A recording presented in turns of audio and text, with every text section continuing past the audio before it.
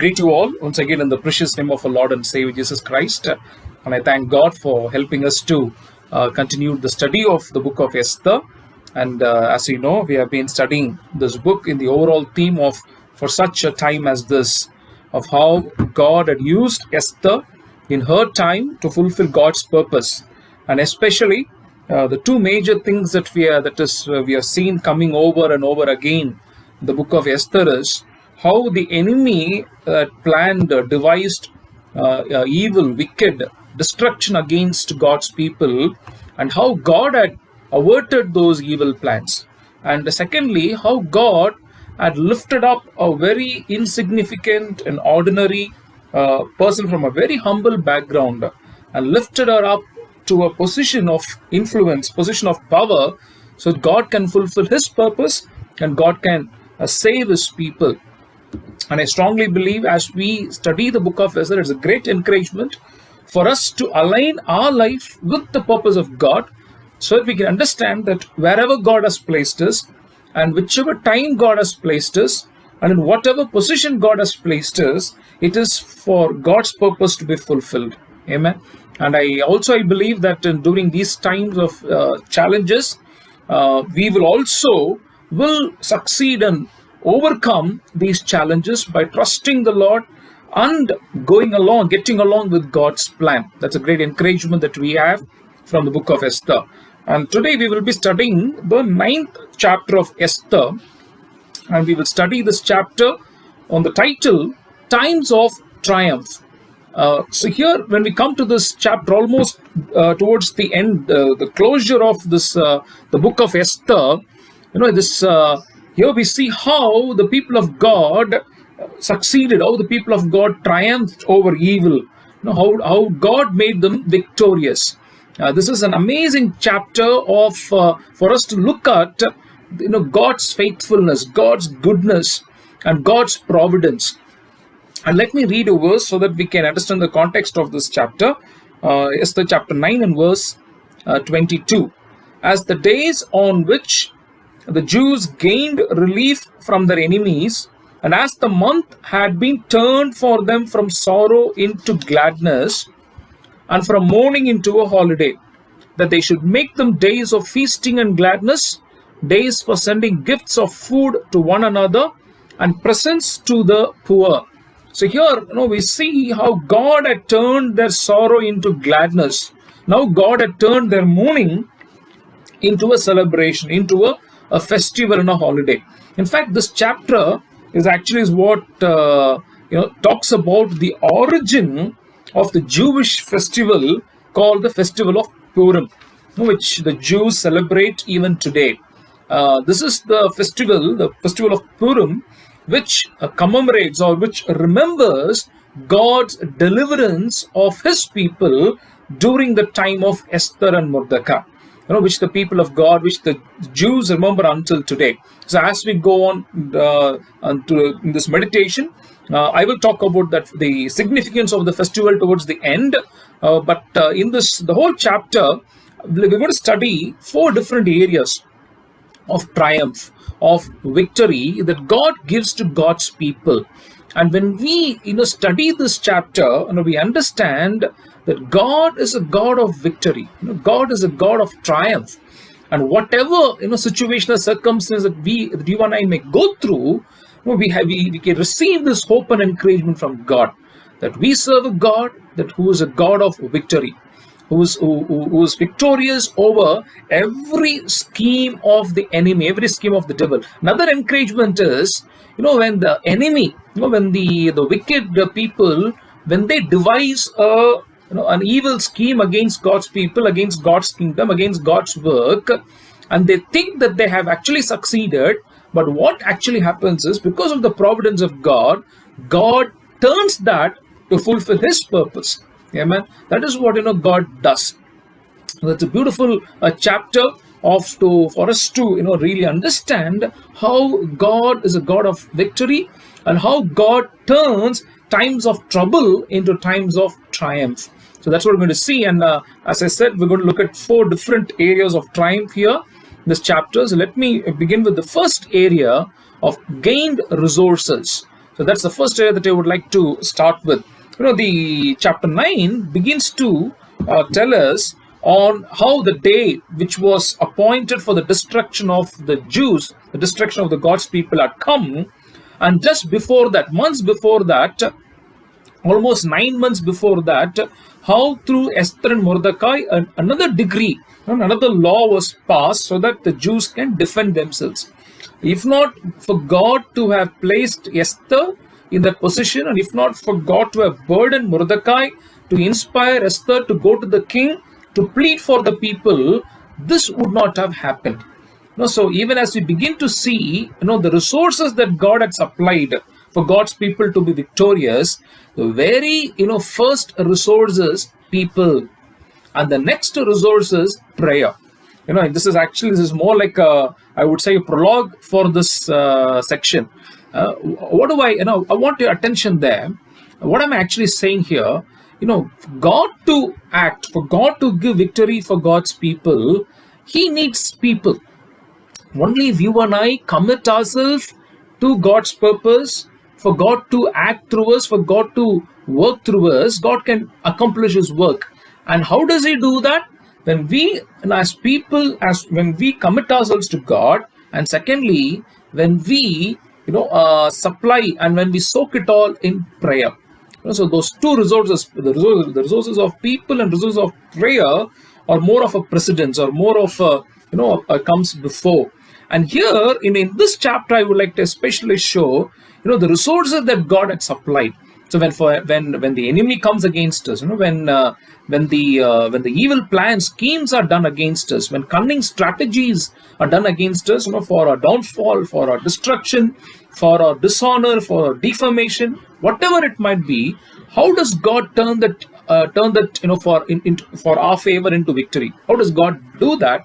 He supplies the necessary resources. And another thing, another wonderful thing, that I've always been amazed at the way God works is, one is, God is never late.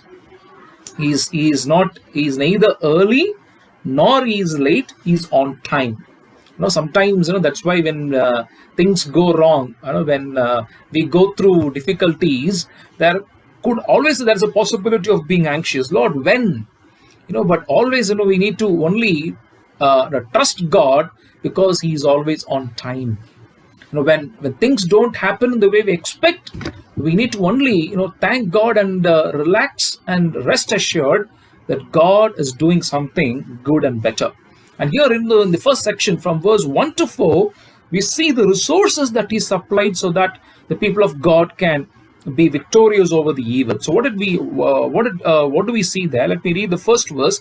Now in the 12th month, which is the month of Adar, on the 13th day, when the king's command and edict were about to be executed, on the very day when the enemies of the Jews hoped to gain power over them, but which had been changed to a day when the Jews would gain power over their foes. The enemies hoped that they would gain power over the Jews, that they would overpower the Jews. But what did God do? The day God turned the day down, changed the day where the Jews could overpower and gain power over the foes. How could they do that? I at least see, three resources that God had supplied that was just necessary. One is they received the support of the leaders, the support of the officials. Look at the third verse. All the officials of the provinces, the satraps and the governors and the royal officials were supporting the Jews, because the fear of Mordecai had fallen upon them. This is quite amazing. Why? When we study the third chapter, we see that Haman, when he devised this evil plan against the Jews, he instigated the king without actually divulging the entire his scheme. And he made the decree, and he summoned all these officials, exactly the same officials, the officials of the provinces, the satraps and the governors and the royal officials, and through them he sent out this decree. And now see, Haman took the help of those leaders, those officials, to destroy the Jews. But what did God did?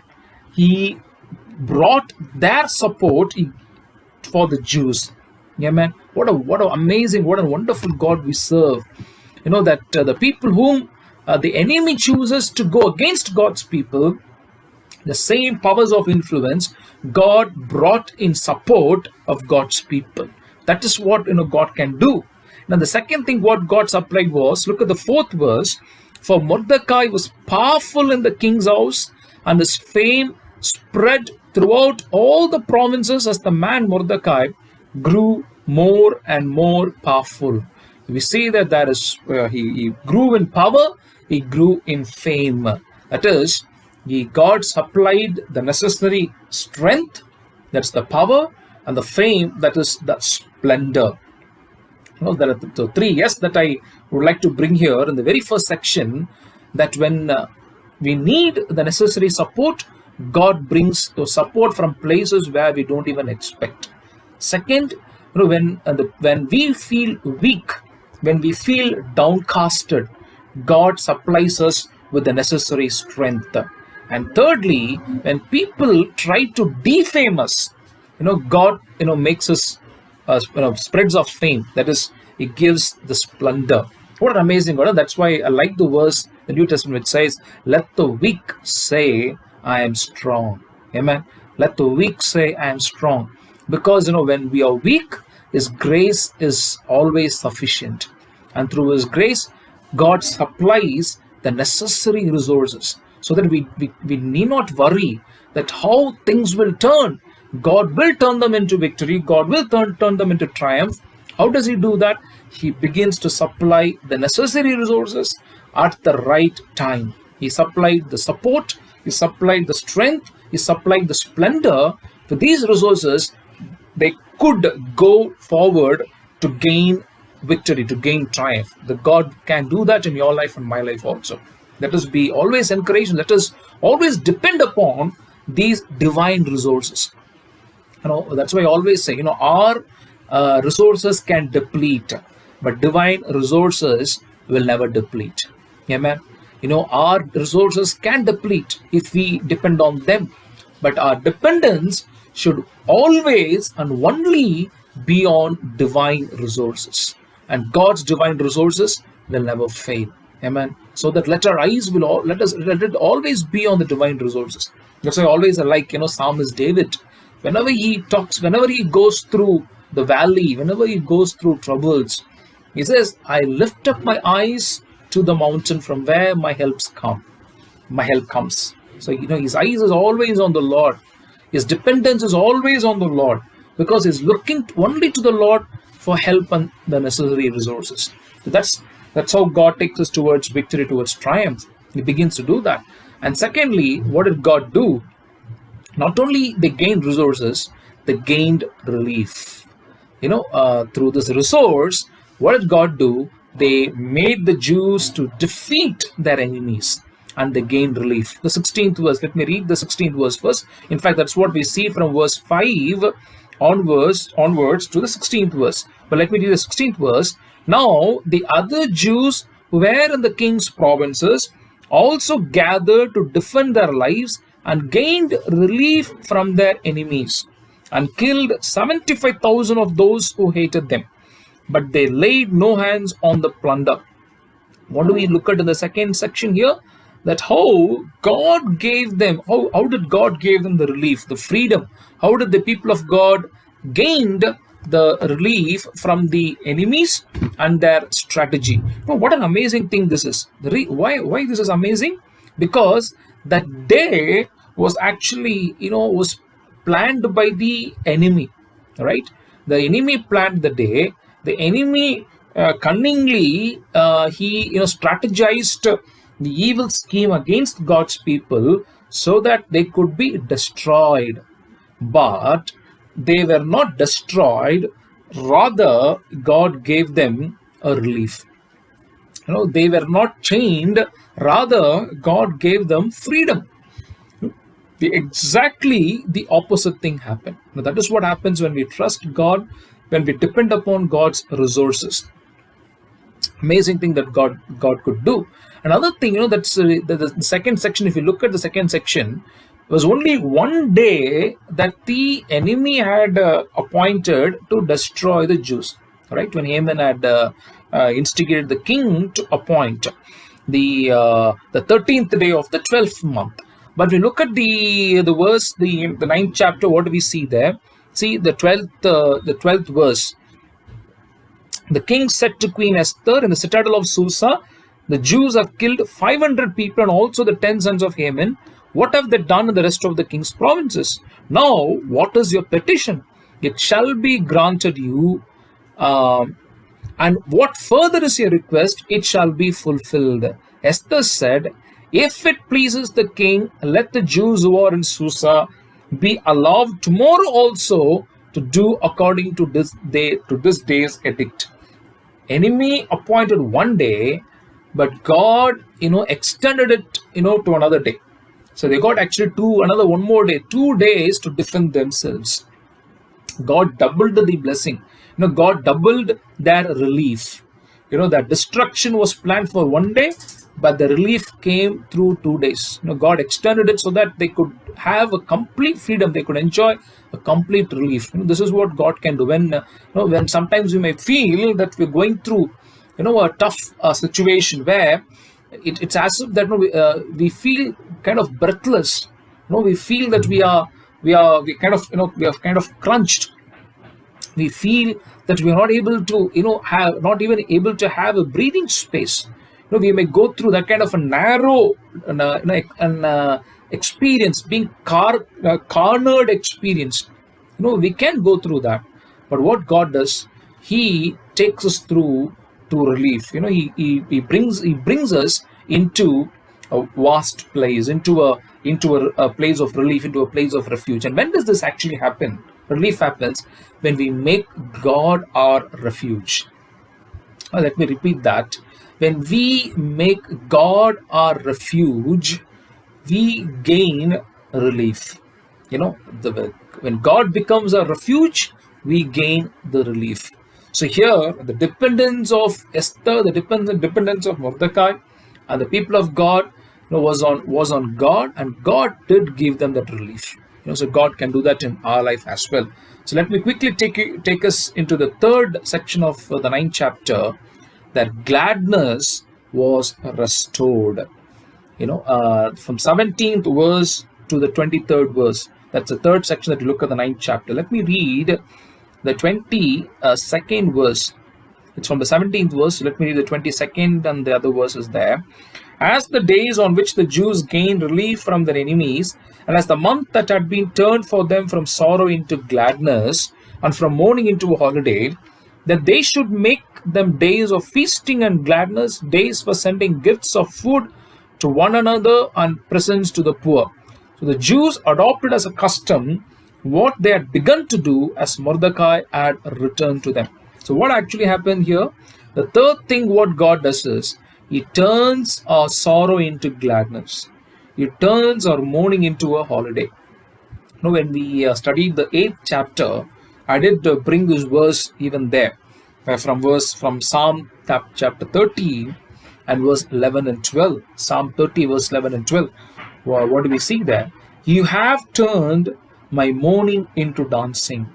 You have taken off my sackcloth and clothed me with joy, so that my soul may praise you and not be silent. O Lord my God, I will give thanks to you forever. So what does God do in times of triumph? How do we experience it? He restores gladness. He restores a joy. And another truth that we need to learn here is that God Himself has to become our joy. Time and again, over and again, in the Bible, what we see there, the joy of the Lord is our strength. And the psalmist talks about it. Isaiah the prophet talks about it. What do they say? That God has become our joy. He has become our delight.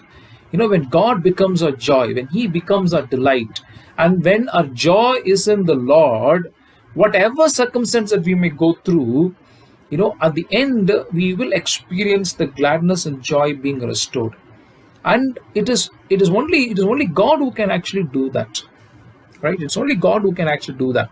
And the another thing that I would like to actually read in this context is, if we can turn with me to 2 Corinthians chapter 1.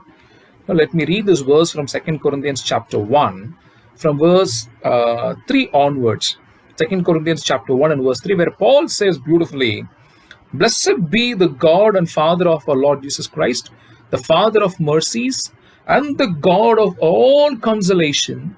Another translation says, "God of all comfort, who comforts or consoles us in all our affliction, so that we may be able to console those who are in any affliction with the consolation with which we ourselves are consoled by God or comforted by God." Amen. So who is he? He is the Father of mercies. He is the God of all consolation. He is the God of all comfort. That's how God restores our gladness. He turns the mourning into joy. It is not, not only the turn of events. Sometimes when people go through, difficult times, especially loss of loved ones. I'm reminded of that. When people go through a loss of loved ones, that is not going to be returned back. That is not going to be restored back. But yet, what God does is, He brings the comfort. He gives the necessary consolation. Amen. That is why He is the Father of mercies, the God of all comfort, the God of all consolation. And He restores gladness. He restores the joy. Why does He again do that? See, that's why Paul beautifully says, so that we may be able to console, or we may be able to comfort those who are in any affliction with the consolation with which we ourselves are consoled by God. Amen. So there's always a responsibility attached with joy and gladness being restored by God as we experience the comfort and consolation of God. What is the responsibility? So that when others go through that same path, we will be able to tell about this God who's Father of mercies, who's a God of all comforts and all consolation. One is, in our personal life, God restores the gladness. Only God can do that. No man can do that. No man's words are sufficient to do that. But only God can do that. At the same time, He does that. One is He takes us through those afflictions. He takes us through those tough times, so that we may experience God's consolation, experience the comfort of God. Why? For not only for us to be comforted, so that we may know how to comfort others, so that we may know how to console others. So that is the two things that actually happen in our life. What an amazing thing that God does. He is a God of restoration, and the people were restored. The gladness was restored. That's the three areas that we looked at. God gives us the necessary resources. He gives us the needed relief. He restores gladness and joy. And fourthly, the goodness was remembered. The goodness was remembered. I like this portion of the 9th chapter. Why? Right after the triumph is over, people became victorious. They did not forget God. They did not forget what God did. What do we see from verse 17 to 23rd? The major portions of the chapter, what do we see there? People, especially Mordecai and Esther, they set 2 days apart, so that not only on that particular day, but for years to come, people would remember the goodness of God. That's why you look at the 28th verse. I want us to look at the 28th verse. These days should be remembered and kept throughout every generation, in every family, province, and city. And these days of Purim should never fall into disuse among the Jews, nor should the commemoration of these days cease among their descendants.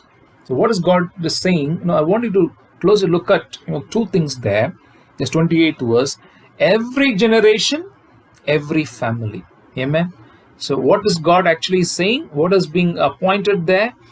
And God, helps us to experience victory, helps us to experience triumph. When God helps us to experience His goodness, He wants us to remember that. When does He want us to remember that? not just when we go through that the triumph and victory, but through every generation and every family. And what did Mordecai and Esther did? That's why they wrote it down. They did actually two things. One is Mordecai recorded it. That's what we look at the 28th verse. Look at the 28th verse. Mordecai recorded these things and sent letter to all the Jews. Mordecai recorded it, and then it was returned. It was returned. A decree was returned. Another thing that I would like to show here as a comparison. One is the enemy wrote a letter, right? He wrote a letter, a decree, so that the Jews could be destroyed. Now what happens? God changed that, and now God gave them victory. So now the goodness of God is returned, and that is sent to people. Amen. That we could experience. Sometimes in workplaces, God, the people who are against the people of God, they could write letters of complaint. They could write letters to destroy us for a downfall.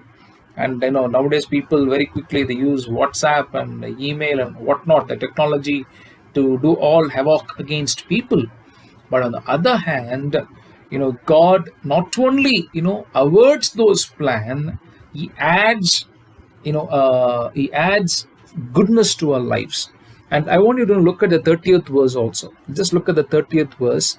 Letters were sent wishing peace and security to all the Jews. What an amazing thing. A letter was sent to destroy the Jews, to take away their peace and security. Now, letters were sent wishing peace and security. Amen. See how God turned things up. Letters were sent earlier. Letter was sent for their destruction, to take away their peace and their security. But now, letters were sent wishing peace and security to all the Jews. That's what God does. And there are three things, at least there are three things I look at in this fourth section of the goodness that the people remembered. And it's also an encouragement for us to remember for generations and in every family. One is the gratefulness to the providence of God. Amen. You and I would have surely experienced so many incidents in our life where we could see the hand of God upon our lives, the hand of God upon our family, right? We need to be always grateful to that, to God's providence. Second, how did they remember the goodness? They sent gifts to the poor. Look at the 22nd verse, the later part of the 22nd verse. The first part of the 22nd verse, that they celebrated. The morning was turned into a holiday. It was a day of feasting and gladness. They didn't stop with that. The later part of the 22nd verse, days for sending gifts of food to one another and presents to the poor. So that's the second area of how we can remember the goodness of God. One is praising God, thanking God, taking time out to be grateful to the providence of God. Praying, praising God. That is one area. It's a spiritual act. The second is it's act of generosity. The first is an act towards God, praising God. Second is an act of generosity, where if you're truly grateful for what God has done, we have to reciprocate into action. How do we reciprocate in action? So we give to the poor, we give to people in need. That's again a discipline of how we can remember God's goodness. And third is greetings of peace. That's the 38th verse, which I already read. They sent letters of peace. And again, this is a very practical lesson that which we can actually do. What is that? When you remember that someone has done goodness in your life, how does God do that? God does it through someone. And when you realize that God has done this goodness through someone, what we can do, at least we can send a note of appreciation, a note of gratefulness, a note of gratitude. We can send a greetings of peace. We can do that. If you remember, actually, I think I've said this maybe in one of our meditation. On 31st December of the last year, 2019, me and along with all the staff members, when we had our night service, In that service, I was inspired by the Lord, and I said this to my staff. One is to write about the resolutions, and then to write about areas that they would want to leave in the past year. And along with that, another thing that I asked my staff to do on 31st December of 2019 was to write and remember and write the names of the people who God used, to do goodness, acts of goodness in their life, the whole of 2019. So made everybody do. I also did, and to remember what they did, and I said, as soon as in the 1st of January begins, I told them at least send a note of thanksgiving, send a note of gratitude to those people. We need to do that. So because there are three areas how we can actually remember the goodness of God. So when God helps us to go through triumph, through victory, let us show that gratefulness to the providence of God, of having a heart of thanksgiving, praise and worship to God. Second, giving gifts to the poor and people in need. And third is sending greetings of peace and appreciation and gratitude to those people who God used in our lives. So there are also the four areas that we have looked at today. So let me close with a summary of how God takes us through times of triumph. One is God gives us the necessary resources. The resources that are necessary for us to gain a victory. The support, the strength and the splendor. That's what we looked at. So let our dependence be not on our individual resources. Let it not be on human resources, rather on divine resources, which never deplete. Second, God helps us to gain relief, helps us to gain the freedom, whatever situation that we may go through. And thirdly, He restores gladness, He restores joy back in our life. And fourthly, through all this, God makes us to remember His goodness. And let us faithfully do that. Let us be grateful to the providence of God. Let us give to the poor and people in need. And let us send greetings and notes of peace, appreciation, and notes of gratitude to people whom God used in our lives to share the goodness. And through these areas, we can reciprocate and exhibit and demonstrate the goodness that God had done in our lives. And even as the end of this chapter, I would also encourage all of us here, and I did on the 1st of January on this year, as I began this year, and even for others, I would truly encourage to just remember at least few people that God had used in your life, whatever ways, maybe not just this year or last year, maybe randomly, maybe at least pick 5 people, and maybe tonight, or just send a note to them and just say God bless you, or whatever word that God gives you. Let us put it into action. God really loves it when we obey Him and immediately put things into action. I always believe that. And as a closure, I would like to quote this verse from Romans chapter 8, verse 31 to 37, where Paul beautifully says, let me read the verse there. What then are we to say about these things? If God is for us, who is against us? Amen. If God is for us, who is against us? He who did not withhold His own Son, but gave Him up for all of us, will He not with Him also give us everything else? Who will bring any charge against God's elect? It is God who justifies. Who is to condemn?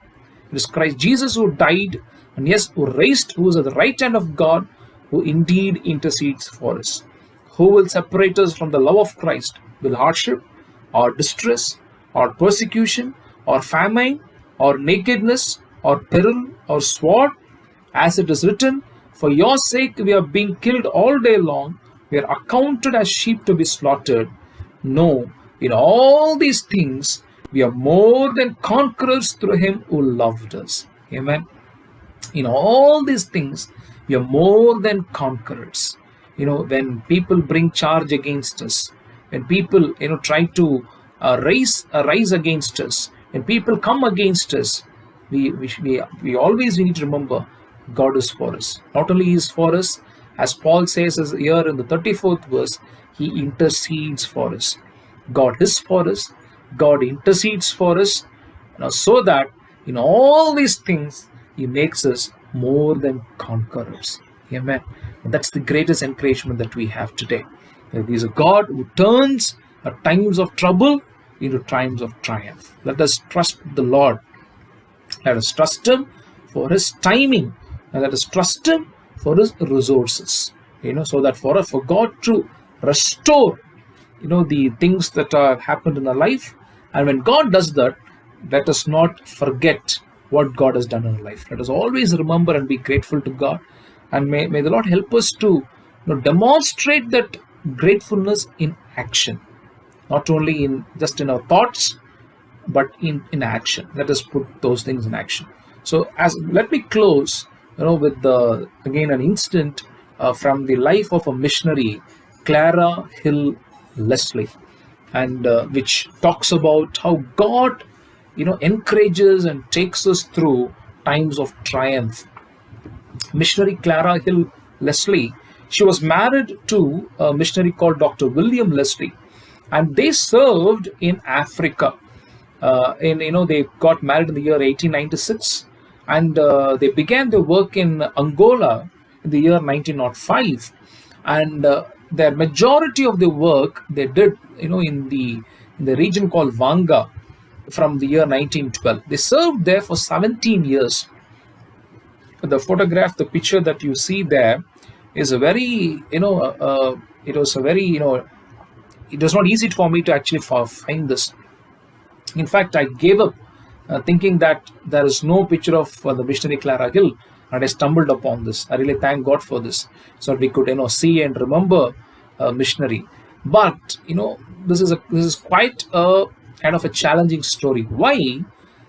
This missionary Clara Hill and her husband Dr. William Leslie, they gave up everything. They moved from Canada to the African jungles.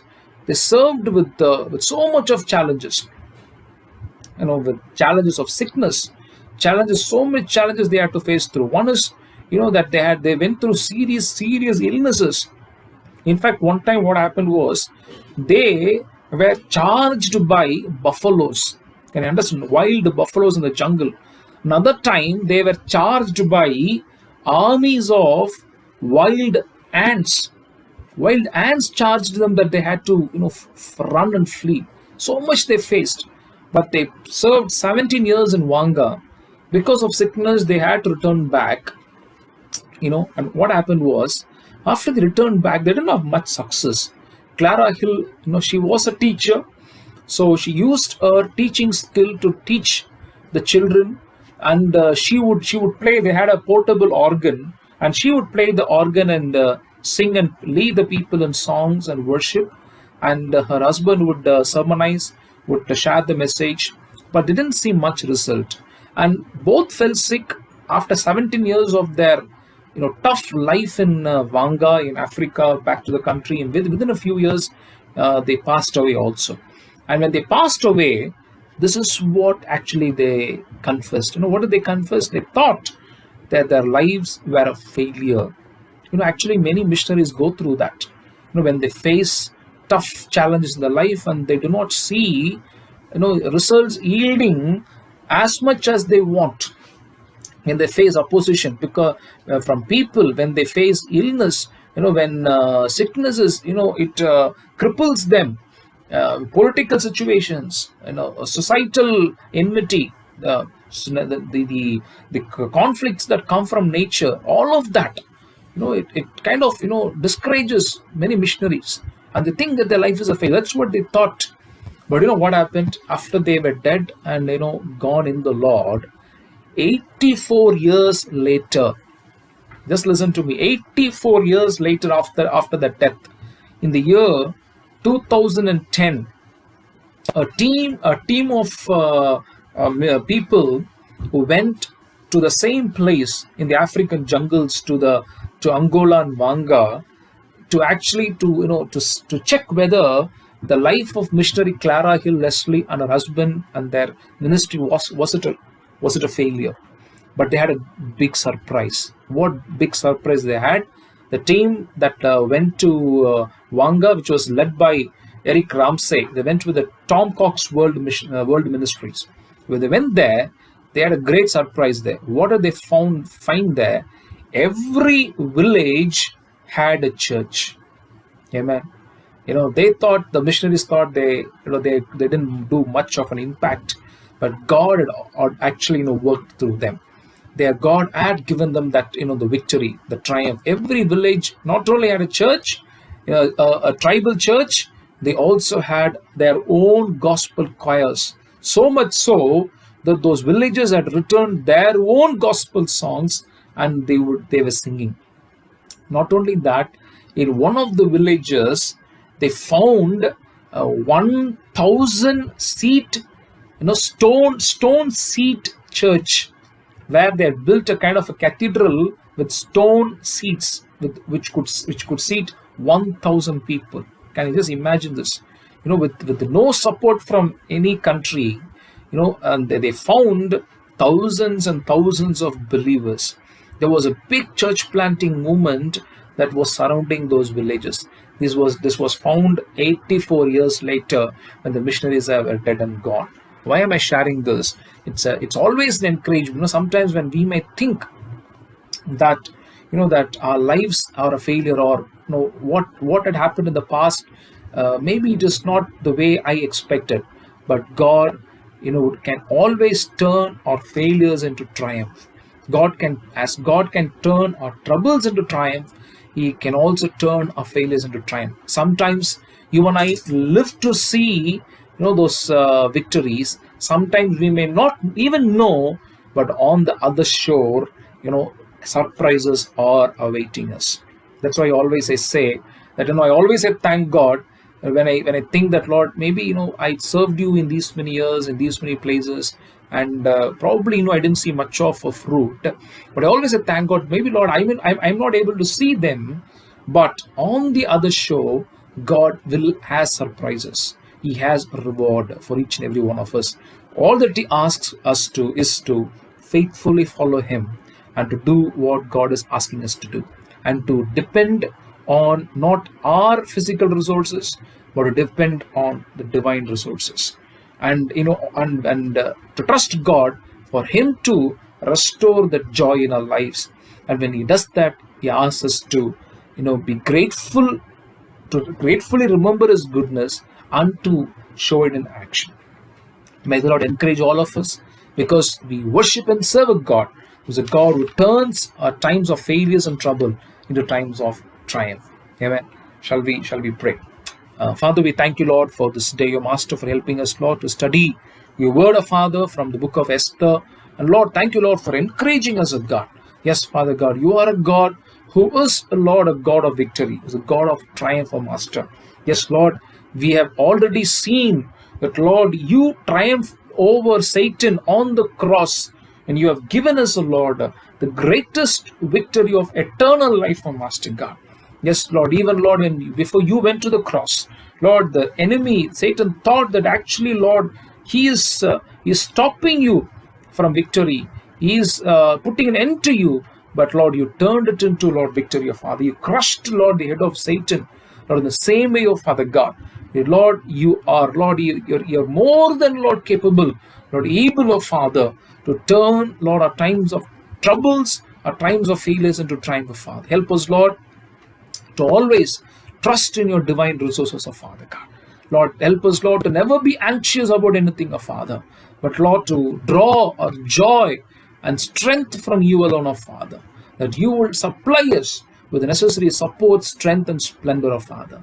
Lord, like the missionary Clara Hill, O Father, and her husband, O Father, sometimes, Lord, we may think that, Lord, what we have done is all a failure. But, Lord, maybe now or later or on the other shore, Lord, we will know and we will be rewarded for, Lord, for what you have done through our lives, O Father. Only, Lord, we ask that, Lord, help us, O Father, to always be grateful. Lord, our hearts to always be filled with gratitude, O Father God. Yes, Lord, to never regret anything, O Father. Thank you, Father. Let our hearts always be filled with joy and gratitude and gratefulness, O Master God. until, Lord, show it into action. Thank you, Lord. Thank you for continuously, Lord, speaking and encouraging us and showing, Lord, the direction from your word, our Master. Lord, we give you all the honor and glory. In Jesus' name, Lord, we pray. Amen. Amen.